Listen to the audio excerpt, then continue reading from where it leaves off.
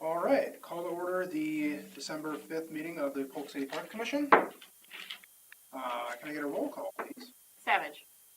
Reed. Otis. Here. Converse. Here. Holland. Delaney. Present. Jablonski. Here. All right. Item number 3 is approval of the November 7th minutes, Polk City Parks Commission. Do I have a motion to approve minutes? Delaney moved to approve. Second. All right, minutes are approved. Item number 4, audience items. Yes, sir. We have one this evening. Ken Morse. That would be me. All right, Ken. My name is Ken Morse, 1308 West Side Drive. I'm here tonight to give you a little update. Hello, Josh. Give you a little update information regarding Leonard Park. And I'll preface this by saying Jason's going to speak to this later, but I wanted to be here on this deal. Since your last meeting, and it was very shortly after your last meeting, I noticed some flags in Leonard Park, and Jason and I, we just got done planting some trees up there, and I didn't know what was going on, if it was going to be a structure or more trees. But so I called Jason and come to find out the reason for the flags are a proposed 19-stall parking lot in Leonard Park. This parking lot is in conjunction with the development of Cliff Leonard's property for a care facility, and they apparently don't have enough parking to meet their requirements, and so they've offered to pave our park to meet their parking requirements. I made an appearance at the city council last week and vehemently objected to this parking lot. One of the things that I said, and I'm just going to read this, in addition to all of the reasons that the Parks Commission voted against the parking lot, and all of those reasons still apply, there is now one new reason. Public park space should not be paved to support parking for a commercial business.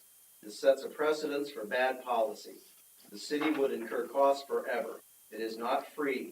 This parking lot proposal is being driven by a commercial business venture, not by the Parks Commission. Don't pave paradise to put up a parking lot. I told them earlier in this spiel, that I won't bother you all with, but that the Parks Commission had addressed a parking lot in Leonard Park on no less than 2 occasions, and I think it may have been 3. And on the final time that came before the commission voted unanimously and adamantly against a parking lot in Leonard Park. There were a variety of reasons, and we'll go into those if you wish. I'm here. I have no vested interest in this at all. I don't see the park other than when I drive by. I'm here because I've taken a self-appointed role to protect our park space. And I don't think the right thing to do is to put a 19-stall parking lot in Leonard Park. The parking lot that had been proposed a number of years ago was like a 10-stall parking lot. The Leonard development, they need 19 stalls, and that's what they proposed, and it would be to some degree free to the city. My position is, Parks Commission didn't want a parking lot.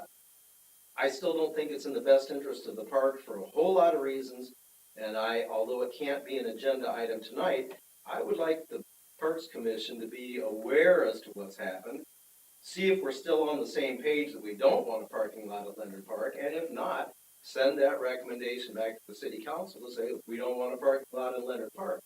Now, if you changed your position since this was addressed a few years ago, so be that. I'm going on past history of an adamant and unanimous vote against a parking lot in Leonard. That's all I've got to say about that, unless you have any questions. How much space actual out of the park is this taking? I mean, is this Huge. You drive by, the flags are still there. It's all of the green space.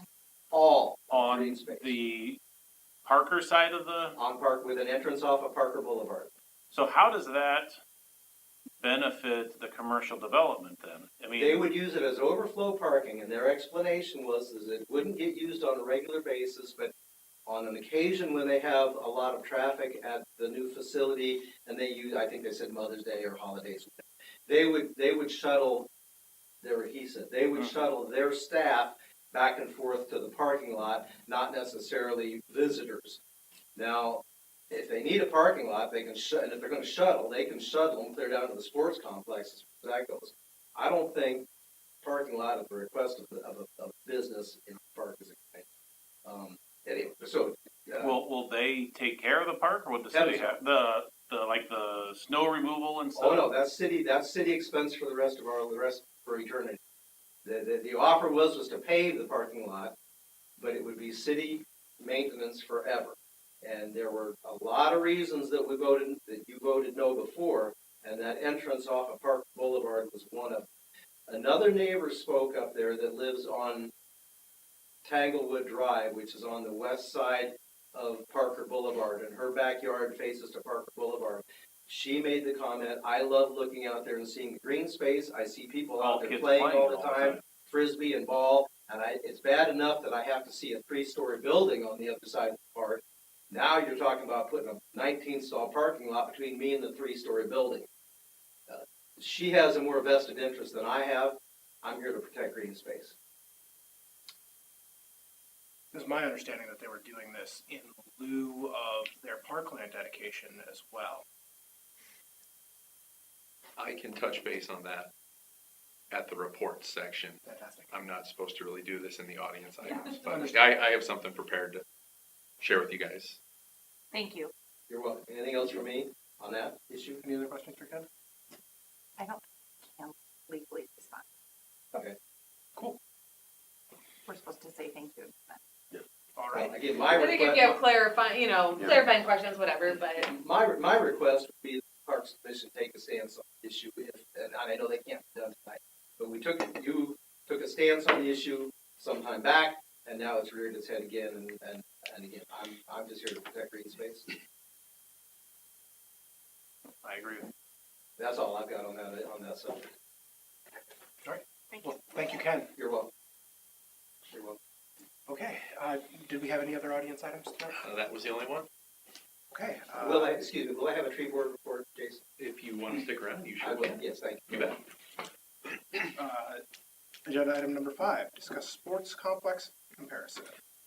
Yeah, so in front of you tonight is a lot of research around the metro, per the request of the Polk City Little League representative that was here in October.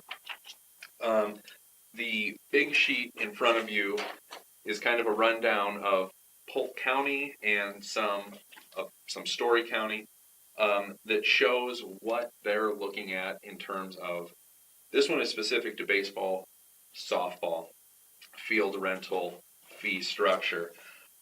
As you can see, almost unanimously, towns do it. Granger does not. Johnston, that is in the ballpark of their Little League organization, and I did not get a response from Johnston.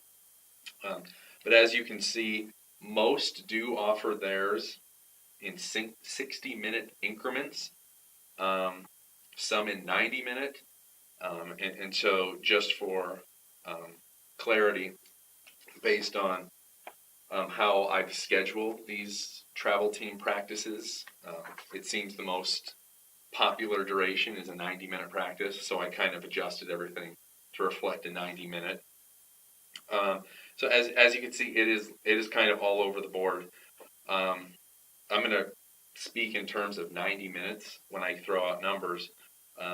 You can see the low is 15, and I thought it was interesting that the three that make up AES, Little League, who is in charge of those fields, that is their pricing structure.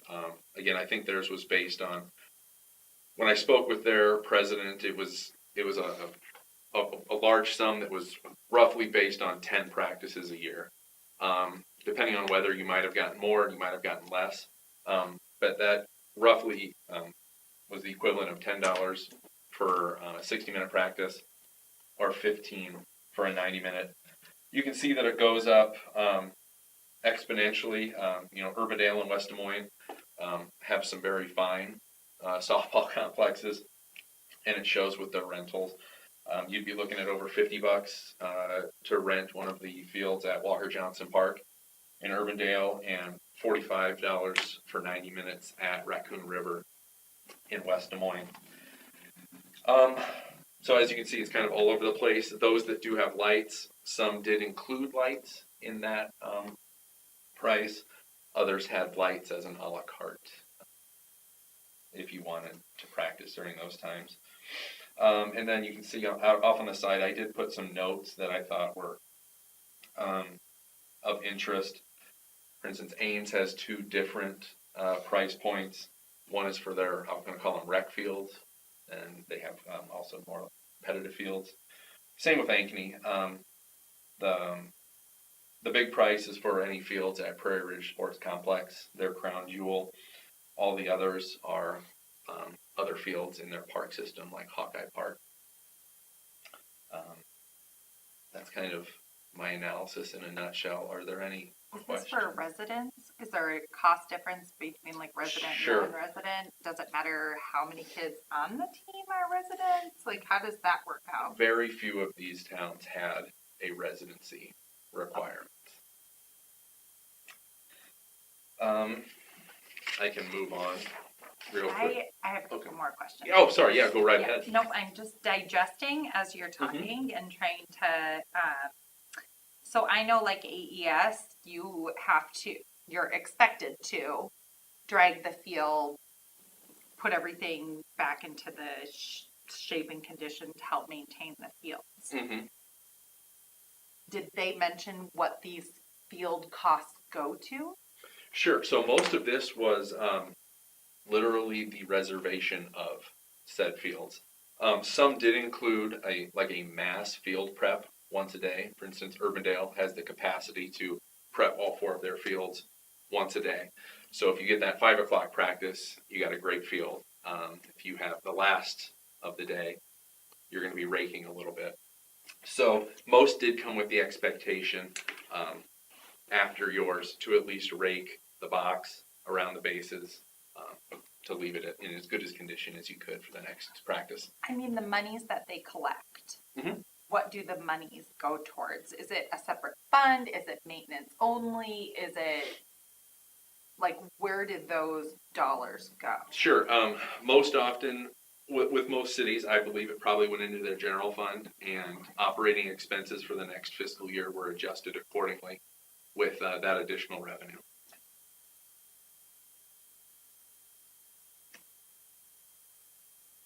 Okay, any other questions on that? Did you have more about the cost structure to talk about, or? No, so then I'd like to move on to the next spreadsheet. It's a lot smaller. So in a review of soccer open space fields, not as many places have something in place. And after several conversations, a lot of that came down to the demand after your spring season, but before your fall season, just typically isn't there for soccer, like it is for baseball, softball, travel teams throughout the summer. So 2 that I did find actual advertised pricing for was Des Moines. There's 2 there. I put 1 in there just for purely informational. We can boot that out in any sort of comparison, but the county soccer fields, it's an arm and a leg to rent those, but I mean, they do hire the Iowa Cubs to take care of those, so there is quite the expense to rent at that facility. So if you take that out, the average 90-minute practice would be $18 instead of the $49.50 that you see. Most towns during the off soccer season, it's first come, first serve. And if any pricing structure was needed, it was very much fly by the seat of your pants, which I thought was very unusual. And just thinking about our soccer fields in the summer, yeah, very rarely are they used just for, that is soccer's downtime. I think it would be maybe pertinent if we were to move forward, though. It can remain first come, first serve. I mean, all parks are, if you want to reserve them, though, the fee would be appropriate. But I think for soccer, at least, if people wanted to rent them for tournaments, I think would be a more likely scenario in Polk City than purely for a practice. So I think it would be a good idea to have a competitive price included if we go that route So when folks approach us about a tournament that would be for profit, we would have numbers. All right, as far as that goes, then, would we somehow subcontract with, the soccer club for use of things like nets and whatnot? Or would you be looking at acquiring your own for those types of things? Yeah, that we would have a conversation with United to see in which case some of that tournament revenue could be a kickback to United for the use of their equipment.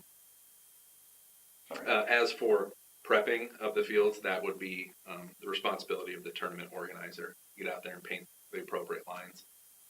All right, I do have a kind of a bizarre question, I guess. I'm not actually sure how all of this works. So like what happens if there's a big tournament and we show up a couple days later and the fields are destroyed because it was muddy, it rained the day before? Sure. Who pays for the fields to be fixed? Yeah, most times we're looking at some sort of deposit as well Oh, for okay. a tournament organizer. But, you know, we would have, I say we, I guess myself, Public Works would have discretion to call it as well, you know, in the best interest of the playability of our fields.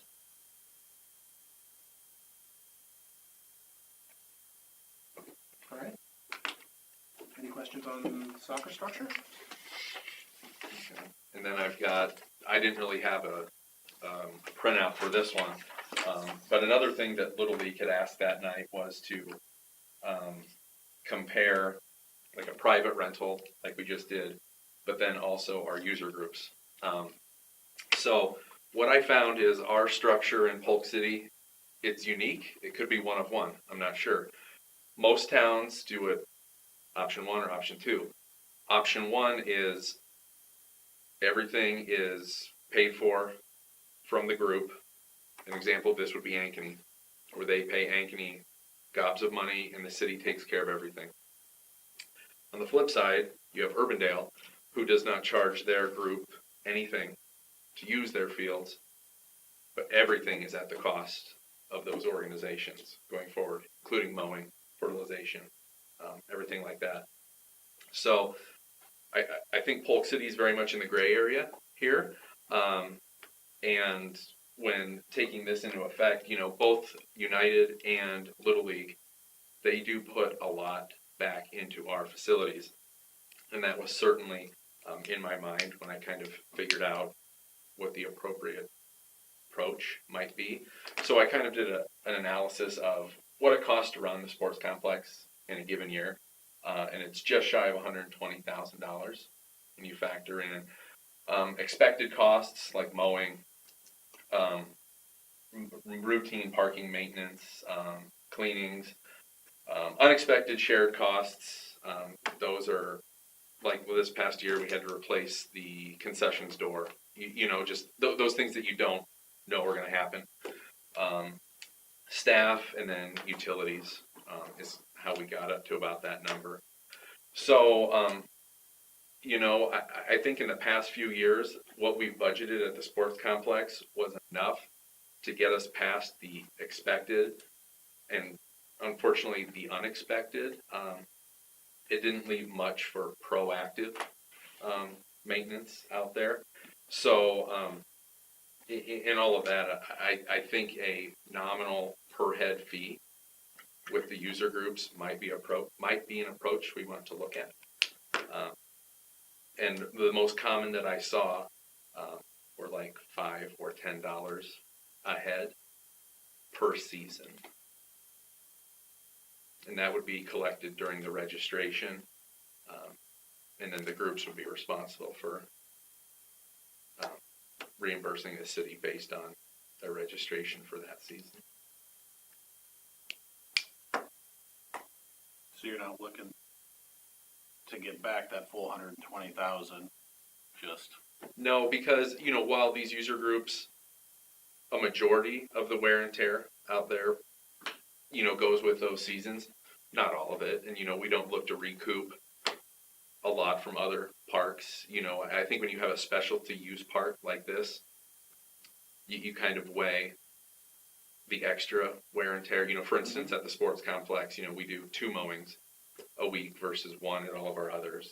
I think you could attribute that second mowing per week to, having games out there or practices 7 days a week. So, yeah, it's not my stance that we would need to recoup the entire 120. I think whatever we would collect in user fees, like I said, it's about budget season. So if we did anything here, I think we would have it reflective starting the new fiscal year, July 1. And then based on our last year's numbers, I could up my budget at the sports complex, knowing that we'd see revenue coming in, and that would give us the ability to be a little bit more proactive. So maybe a more intense lawn care, fertilization to really get those fields at a spot, and then just the fencing out there, it needs replaced. You can see the curling at some of the backstops, and that's not entirely Little League's fault, and that's not the right word to put it, but there's a lot of travel teams that are, there's through balls that are hitting those too. So, I was glad when Darren came. It was something that probably need to be looked at, and yeah, it was kind of telling, but yeah, no, I think with a few changes we could have a little bit more of a proactive approach out there, and I don't think we would certainly be out of line with our neighbors in Polk County either. So.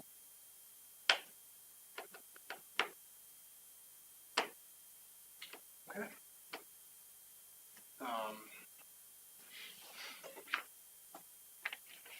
So 5A is consider recommendation of sports complex fees. Do we have a specific recommendation that we want?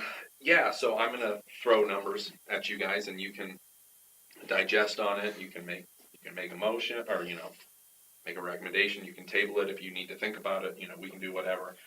Let me see. I'm gonna go through all this in my head. So, in terms of, and we can showcase this however we want, whether it's a 60-minute practice or a 90-minute practice. It's entirely proportional. So I'm just going to, again, throw it at you in terms of a 90-minute. I think a Polk City resident, and so this would not matter the makeup of the team, as long as the person making the reservation, most likely the coach, based on their residency. I think I'd like to start at the low end of this, truthfully. No sticker shock, although it will be, but I'd like to $15 for a 90-minute practice. That would get us in line with our AES counterparts. So that would be the resident, $15, 90 minutes. I'd like to see non-resident, $25 for that same for that same 90-minute. That kind of keeps us in line with an approximate 30% upcharge for non-residents. You had said the other cities didn't have a different charge for non-residents. They don't, but in terms of our other rentals, like mainly our facilities, Oh, I see. yeah, I think that's kind of a Polk City uniqueness that we do. Then what would you consider resident? The full team, 50% of the teams? I mean, because a lot of the baseball teams have some from Polk City, some from AES, kind of the whole school. It's like a North Polk team versus a Polk City team. Sure. Honestly, there's not a good way to police a whole team, so I would say the person that makes the reservation. That they're Yep, I mean, it would be under their name. They're the person, signing the contract, so it would be based on their residency.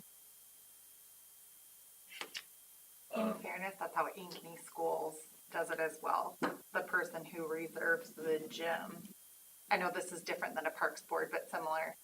The person who reserves the gym, if they live in Ankeny, they get one price versus people who don't live in Ankeny and attend Ankeny Schools get a price. I don't think for parks it may be normal, but for school districts it's very common. Well, in Parks and Rec, there's two ways that residency is rewarded.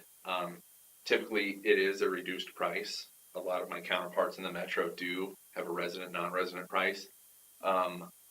When we when I took over, we structured it as residents get a 2-week lead time on registering for all activities. So non-residents will always be able to sign up, but after 2 weeks of exclusive Polk City opportunity.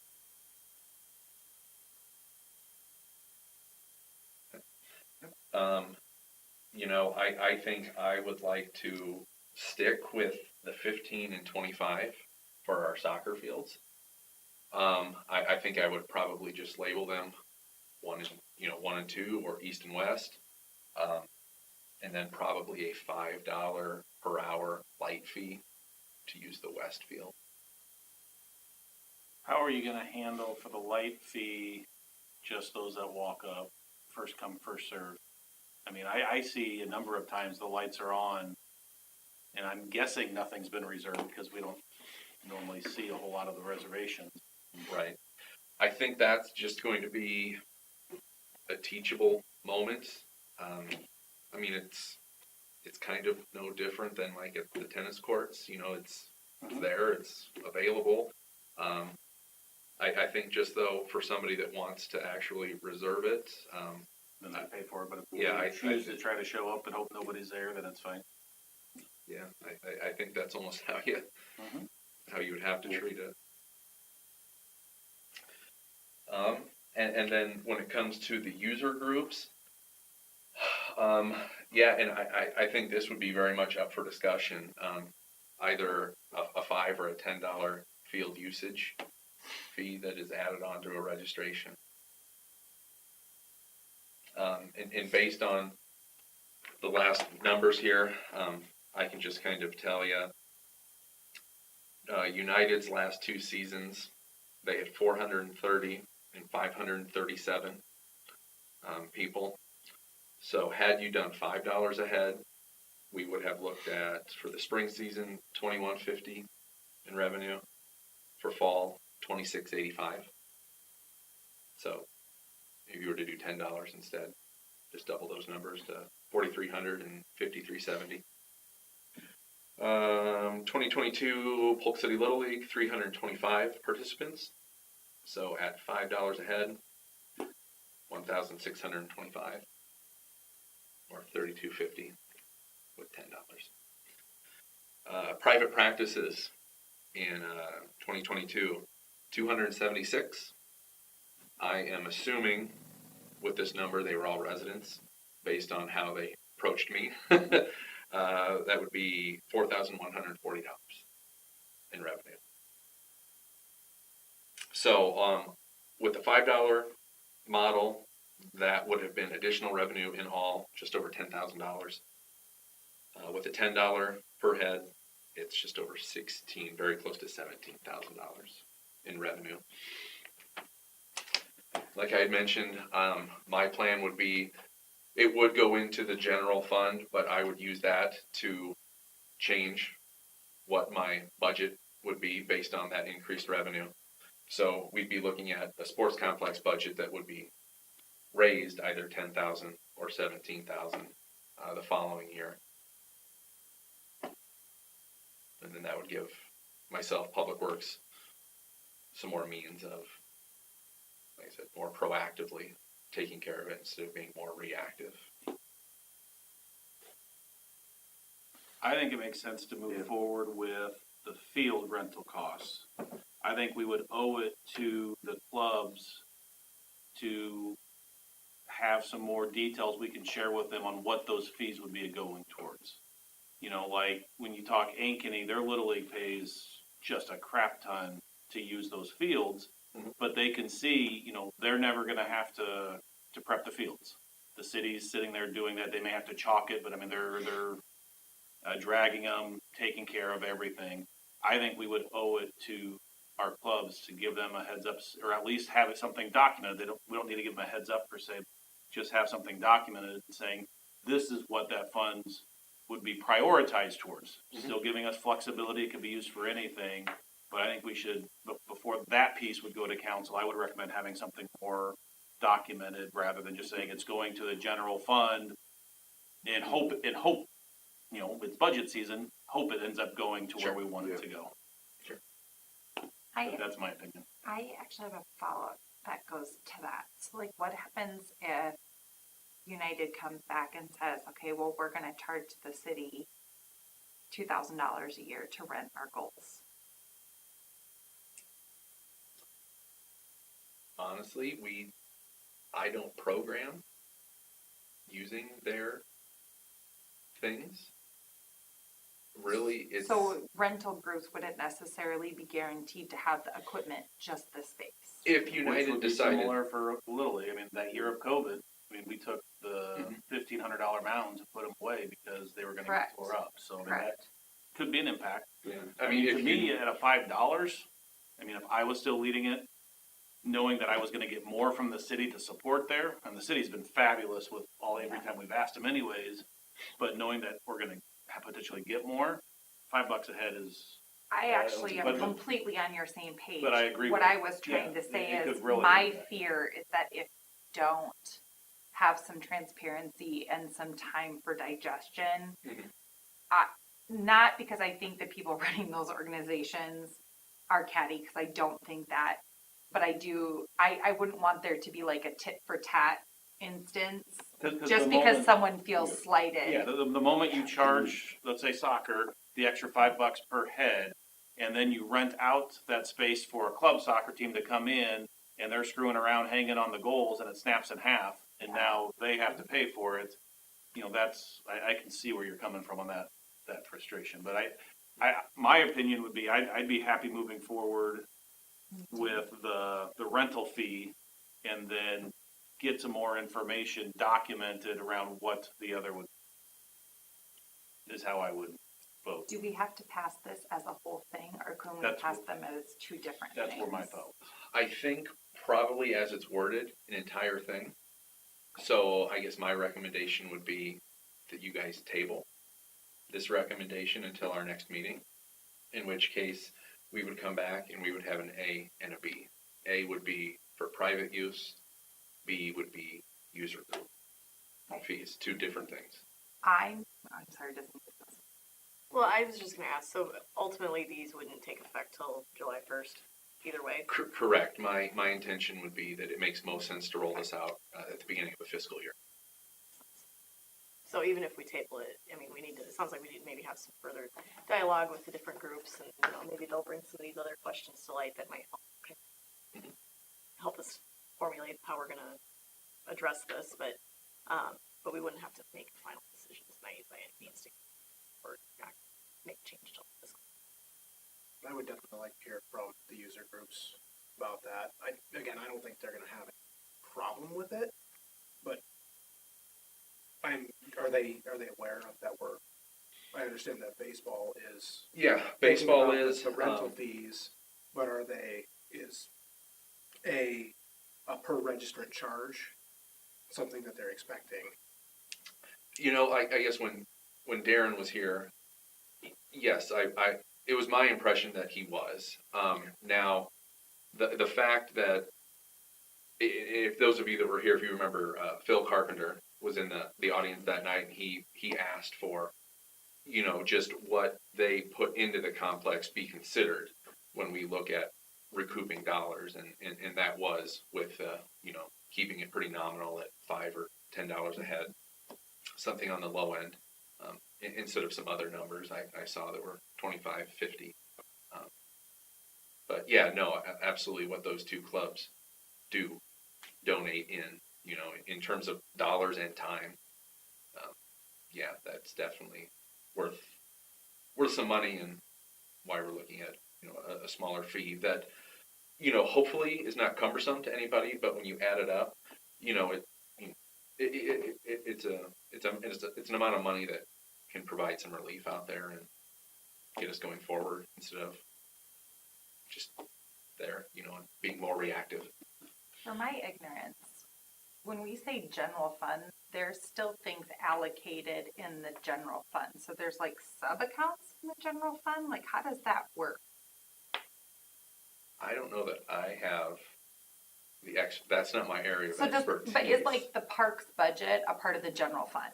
Correct, yes. Okay, so only dollars that are allocated by grants or specific legislation, code, don't go into the general fund. So when we say general fund, we're not saying it's like a city slush fund, like all the things the city does is under the umbrella of like general fund, right? That is, yes. Yeah, so there's like a sewer and water fund, like most stuff is under the general fund, but right. within the general fund, there are different specific, lines, so to speak, and yes, if we make major changes, we've gotta.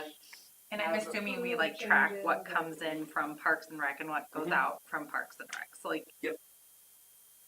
So if you guys, had an extra 10,000 and you were going to spend it on X repair, that we'd have to do, we'd have to account for that in our approving amendments, things like that. I would like to move that we table item 5A with the recommendation, no, not a recommendation, with the request that Director Thran contact the private entities and clubs that would be impacted and return in January, dividing the sports complex fees out based on per head fees to clubs versus rental fees to outside agencies. That's a lot. Did you guys have? Do we have a second for that? Hang on. Sure. Trying to do this the best way. I mean, I like the idea of giving them the heads up. I don't think that's a requirement that we go out and say this is what, I mean, it's what the city's gonna do. But I think we should document what those fees are gonna be used for more so than giving them the heads up. But that's my opinions. I mean, just, I mean, all my motion technically is to table it. yeah. I mean, I like both those ideas, I think. I do too. I Being think able to- it's being important. able to tell them that this is going for additional maintenance on top of what you guys do, or But so I on think, and so forth. Just to give them an idea of why this is being. but I think ultimately that's the problem. We legally can't, right? Because when that money comes in, Well, right, because it goes into the we general can't fund guarantee and- that's where that money is going. Right. I would say that we make the recommendation to council that those monies stay within the stream of Parks and Rec, that like, Right. we can't guarantee that, right? Is that my understanding? Is that proper? Well, I feel like what you would tell them is, I mean, just kind of like you guys have said, here's what we're doing and why it's time to take a look at this, budget can be tight, an extra, That chunk is- of money would help us be proactive in how we handle this. I mean, yeah, again, I think it's similar to the discussion you guys have had here is, yeah, it would help be more proactive. But I also think to Josh's point, it is helpful, to make sure everybody's on the same page rather than, well, I thought if I was going to pay you $5 a head, you were going to replace, Right. this every time it breaks, even though it's something that we've historically paid for and carried. So, no, I think you guys are definitely on the track that I would want to see before it comes to council is a good, heads up and understanding of what, what each party is still responsible for, or just, make sure that there's an understanding.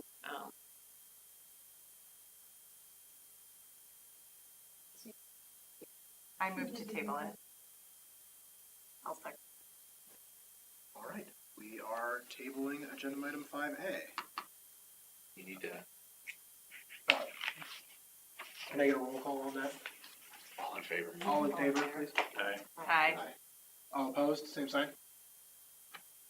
But now, are we in agreement that the figures that you, as a group, the figures that you threw out are what you're going to present to the different groups in terms of the rental and the $5, or are you still leaving that up for a recommendation that you'll come back to in January? I will, I think I'm pretty set on the 1525. Yeah, I personally think that's great. I think with the user groups, I know we've got former Little League, softball, we got some soccer. I mean, obviously $5 would be more receptive than 10. So, I mean, if it's the commission's gut feeling that when I talk to these groups, if $5 is the number, we can make $5 the number. Yeah, I think it's very reasonable. Okay. But I'm not the end all be all. I just, That's also something we might consider breaking out by age group too. That the upper levels pay a higher user fee. I think you get more complicated with that. I I would agree, just say I that's the agree, but price. it's something we can consider. No, I'm happy to keep it at the 5. Discuss with those. Okay, if there's nothing else on that, item number 6, approve moving the January 2nd, 2023 Parks meeting to January 3rd in observance of the New Year's holiday. Do I have a motion to move the meeting? I move that we move the meeting from the 2nd to the 3rd of Second. January. Second, all in favor? Aye. Opposed, same sign?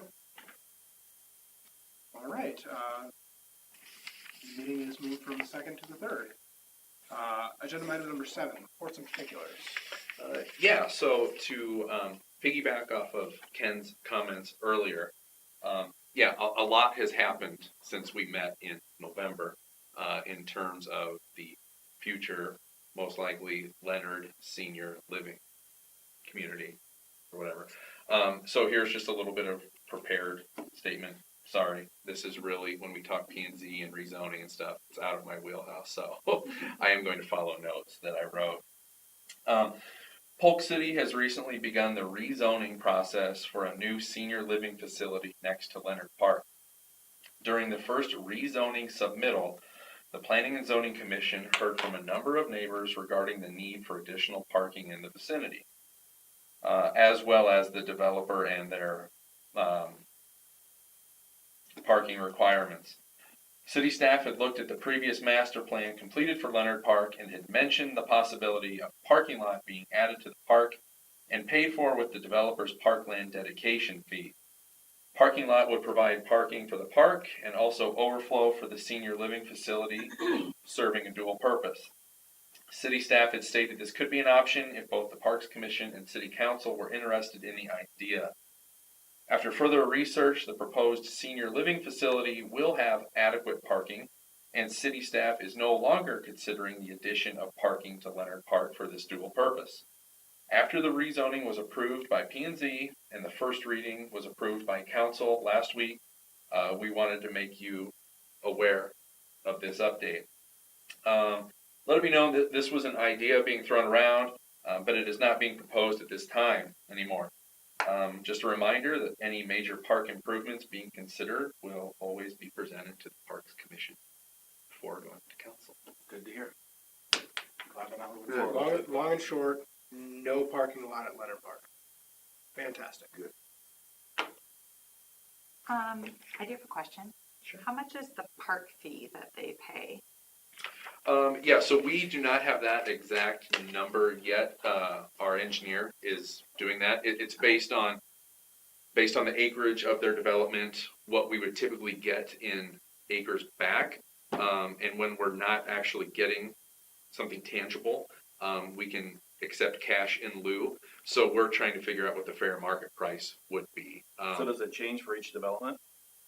What the price per acreage or whatever is? No, it's just fair market value at that time. And whether or not the city would like to mess around with accepting cash in lieu. I mean, really here it was, when they're filling Cliff Leonard's property, where are they going to put a park? I mean, there's one right next door. Anyway, so a rough estimate, don't quote me on any of this, but I believe it could be around 6 figures, 100,000-ish. We should know more. That is some down payment on a big park. Yes, and so when something like that comes along, that is earmarked for parkland. Obviously we can use that for multiple projects at our parks. Is there a formula? I believe Yeah, I don't know it off the top of my head, and you probably. I don't know. But it's, in a development, There's no value. no, So is it like X well, dollar in per? a development, you're supposed to have X Right. portion dedicated to parkland. So then at the time it's developed, then you figure out what land is worth that could be turned into a That's park, what I is was my thinking. understanding. It's So, based on occupancy. Do we know what You know, percentage there's a number. of a development is supposed to be allocated? Not off the for- top. But that's in code. The details on what Yeah. you're supposed to have for park land. I can so. totally look it up. I was just curious. It is in the subdivision. I Okay. can tell you that much. And it is, yeah, it's based on anticipated population of that development. Perfect. Yes. Thank you. Yep, you bet. Okay, I got two more quick things. We had Light Up Polk City last Friday. Thank you, Monica, for all your help on the Go Polk City side. Overall, I thought it was a good night. It was very well attended. I can't wait to see the numbers. Too bad the wind kicked up about halfway through and kind of spoiled some things. But no, thank you to all that were involved. And yeah, tonight, I hope I'm not stealing your thunder. Tonight is Josh Reed's last Parks Commission as his term comes to an end. Is this 2 full terms? I think so. 2 full or 2 plus, whatever, yeah.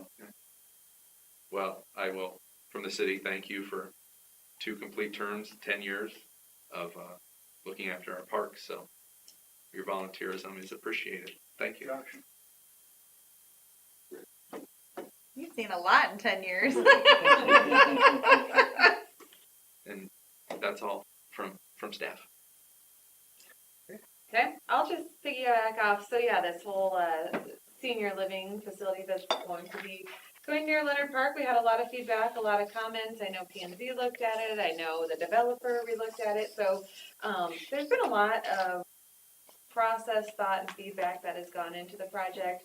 A lot of people showed up for council. I was thankful to hear. You know, we had a lot of good comments and feedback. I think it'll be a nice amenity that our community will be able to offer.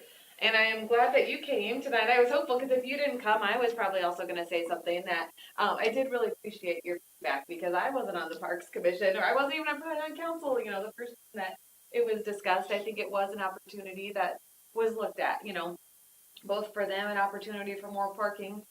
There's no parking at Leonard Park, but we've got a lot of nice trails that lead to it. We've got a lot of options. My in-laws live nearby. My kids play in the green space too. So, so I'm thankful that you came. I'm thankful the city landed where, you know, they did for the recommendation. And I know you guys would have provided really great advice if this was still something that was up there. So, yeah, it's nice on things like this to get input from those who have the vested interest in those kind of things. So that's kind of the biggest thing I think lately. So, yeah. Tree liaisons? I do have a tree board report. Josh, thank you for your years of service to the community. Volunteerism is always appreciated and it goes a long way in a small town. Thank you. Thank you, sir. A little bit of overlap here with the tree board and the Arbor League. We work together. This is Mindy Breen. She's our treasurer. She's our money holder. We planted we had 6 trees spaded in at, for lack of a better term, Gasline Park, and I don't know if we have a park. Woodhaven Park. Woodhaven Park, okay, Woodhaven Park, I'll correct. I like gas. We found that where the gas line feeds across from Parker Boulevard to the bike trail, it wides out real hard at Parker Boulevard, and we found that land was given to us a long time ago as park space. So anyway, we had 6 nice big trees spaded in there sometime back a month or so ago. And as well as 1 big tulip tree at Lakeside Park that replaced the 6th tree that died there. We do have 3 or 4, and I haven't walked over there yet, but 3 or 4 dead arborvitaes at Miller Park along the tennis courts there that need to be taken out. And I'll speak for the Arbor League. We'll ante up and buy new trees if we can get maybe some help to get them planted. That would be next spring. There are 3 or 4 dead ones up there. The last thing would just be a real quick Emerald Ash Borer update. I've been updating the city council on Emerald Ash Borer for some 15 years, and it's clearly here. You know, 15 years ago, I'd see pictures of Ohio and Indiana and places, you know, that have been devastated with the loss of the ash trees and thought, oh, it'll never happen here. Never say never, because it's happening here. And in that regard, I saw a real interesting graph at one point regarding Emerald Ash Borer, and it works over about a 10-year period of a real logarithmic scale. The first 2 to 3 years will have a little bit of death. Then from about year 3 to 7, it ramps up real hard. That's where we're at right now in Polk City. By about the 7th year, there's very few trees left, and then it kind of tapers off the last of them.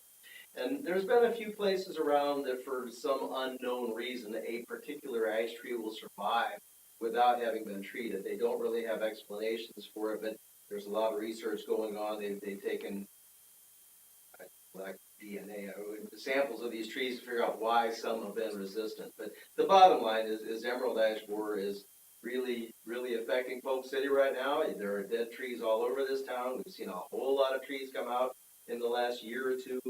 We're right in the heart of that ramping it up time. So, and not only in town, but as you know, around the lakes, those trees out there are not being treated, and they're not going to be removed unless they're in a hazardous place. So there's a lot of dead trees around due to a bug we got in a pallet. So that's my update on emerald ash borer and the tree borer report.